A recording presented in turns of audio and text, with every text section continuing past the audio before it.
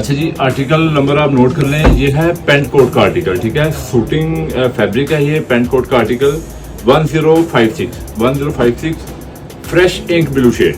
इसके साथ उन्होंने बेस कोट लगाई गई है डिजाइनरों ने। पहले तो आप इसके साथ चेक वाली बेस कोट पहनते थे, ये ब्रॉड चेक हो गया या नैरो चेक हो गया, ठीक है।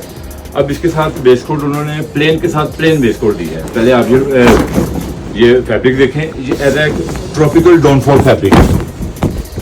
ट्रॉपिकल डाउनफॉल फैब्रिक है ये। कूल वूल फैब्रिक इसमें धागे के साथ बना हुआ है। कूल वूल, स्टेलियन वूल और इजिप्शियन कॉटन, ठीक है। ये उस धागों को मिला के और विस्कोस का धागा डाल के नोट प्लेस्टर तब ये शूटिंग बनाई गई है।